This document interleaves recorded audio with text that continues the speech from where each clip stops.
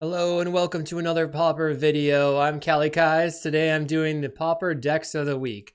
So we're talking about what happened in the Magic Online metagame, what decks were trophying, and checking out some of the sweet spice that managed to sneak its way into the 5-0 dumps. So before we get into it, make sure you like and subscribe, all that good stuff. Check out Patreon if you want sideboard guides for Tron, Familiars, High Tide, Poison Storm, all the decks I like to play. Also, make sure to check out the description where we have the links for the Upstate New York Pauper Open, which is happening on August 9th in Rochester, New York. It's going to be at a brewery and a 64-player cap with a $1,500 cash prize if you do hit that cap. And then potentially there may be room for increasing past that. All right, so let's get into the league dump. So what happened? Mono Red still on top. High Tide actually came in second place, and that's interesting to see. So I guess people have been playing a bit more High Tide with 15 trophies, but Mono Red still just doing the thing, going through people. Then we have Madness Burn in third place, Mono Blue Terror behind it, Mono Blue Fae behind that. Both Terror and Fae are decks that can play Hydroblast, which is quite good against Madness and Mono Red.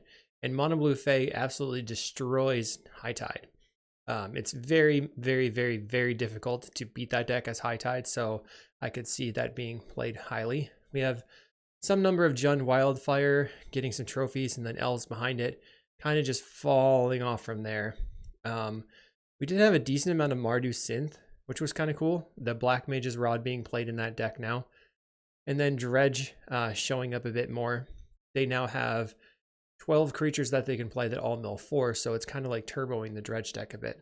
We also had a Rise into Mere Terror, and then Affinity at 3.8% is not high, but it got a few more trophies than the previous times, whereas two of them, those were specifically this Demure Affinity with Black Mage's Rod and Tandem Lookout. All right, so that kind of covers what's going on. There were the most of the mono reds were Pinger Red or the Madness Burn mono red. There were a decent amount of the Rally Red, which is the one that goes wide. So that's an interesting version if you want to play in a field that has only spot removal and not a lot of sweepers, which sweepers have been kind of been dropped from the metagame. But let's check out the leagues in order of spiciness, I guess. Now this one I did a little short on, but Danny Ground actually trophied. This is Elves. They put 3 Spellstutter Sight into the main deck, and they were saying that this does a great job at countering High Tide in the main, also Krark-Clan Shaman in your main deck, and then, you know, obviously Lightning Bolt, 1-drops. So this counters 1-drops by itself, but it also synergizes with Masked Vandal, so you can counter 2-drops, which there are not a lot of Masked Vandals in the deck, but they have another Masked Vandal and another Spellstutter Sprite in the sideboard. They're also playing Fairy Macabre. Fairy Macabre can be good against Spy, of course, or something like Cyclestorm, maybe. But I actually find that it could be quite good against High Tide, potentially, if you're trying to stop them from being able to get loops. You might be able to get them with that. The next deck I want to check out was a Red-Green Ramp by Frequenza 12. So it's pretty hilarious because you can see they have a 12 sideboard here, and they have 63 in the main deck. That's because they forgot to move the fling from their sideboard to, or from their main deck to the sideboard when they were manipulating their cards. But they have a main deck Ram Through, which is a way to push damage to try and close your games. And then the fling here was their option in order to try to get through your opponent when they're playing something like High Tide. So you can like get in with your Chrysalis and then fling it. Maybe that is going to be fast enough that you could get a turn 4 kill. The next deck is Dredge. So I talked about the 12 mill 4s. We have Circle of the Land Druid that mills 4. Satyr Wayfinder mills 4 and you get a land. And Town Greeter is the new card that mills 4 and gets a land. They're also playing 4 Exhume and 4 Dread Return, 4 Giant. So really going straight forward, black-green Dredge trying to get the thing done. With just 2 Knot of the Bones in the main deck and 2 sideboard. But they have 4 Mezfiend in the sideboard, which can potentially slow down the High Tide deck. Probably not a ton, though, to be honest. But sometimes you can get a turn 4 kill with Dredge and make it happen. Now the next deck is Cyclestorm. This pilot was Numakun. Now this is the newer version of Cyclestorm after Dispute Ban. Playing 12 lands, Barrenmoor, Great Furnace, and Vault of Whispers. And I was looking at this, recognizing that it's carbon copy of a list from the previous week, which is Cycletorm by Brian Cook. Now, Brian Cook is one of the premier pilots of the deck. They're the one that keeps innovating on it pretty much.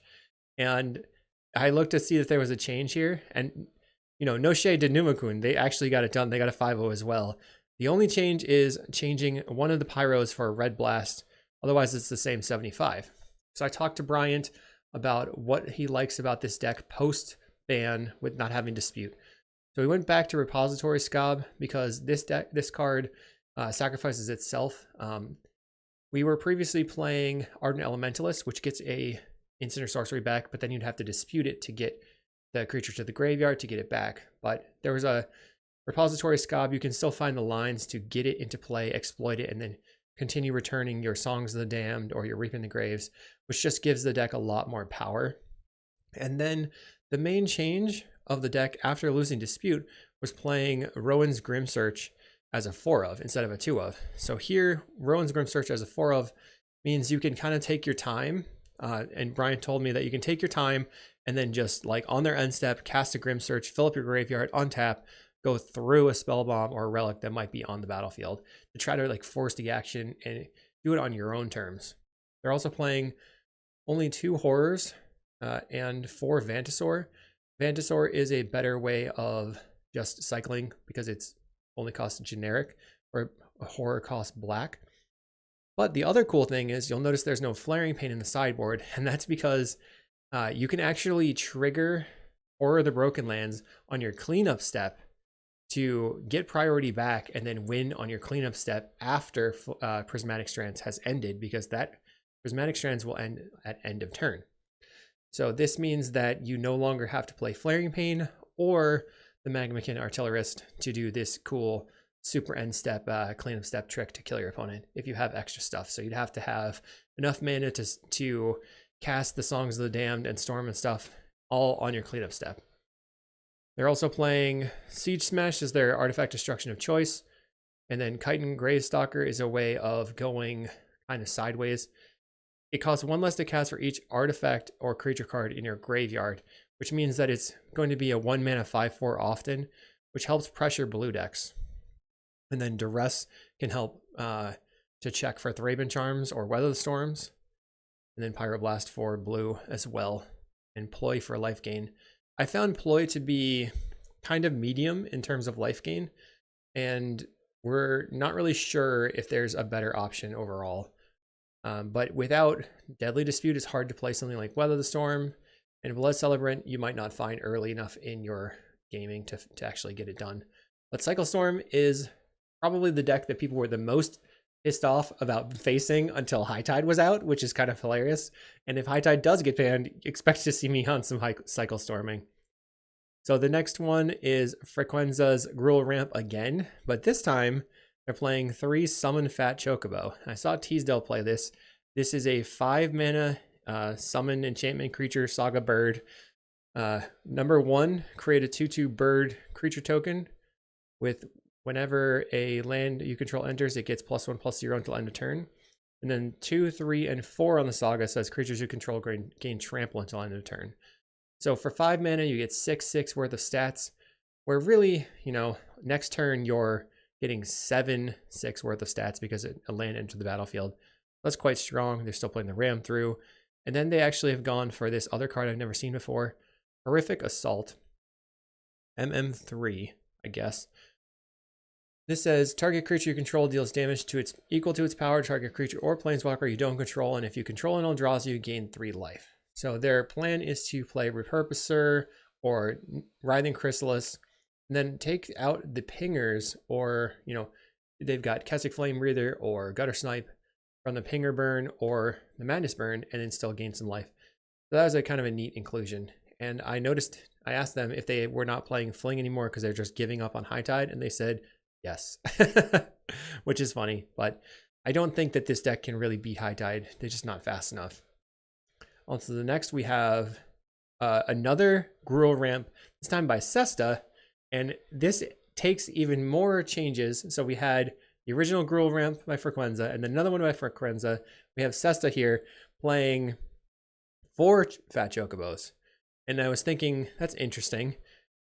What they've done is they have 4 Chocobo, and they have Utopia Sprawl, Wild Growth, Abundant Growth, and then over here, Ancestral Mask, because Chocobo gives your creatures trample until end of turn.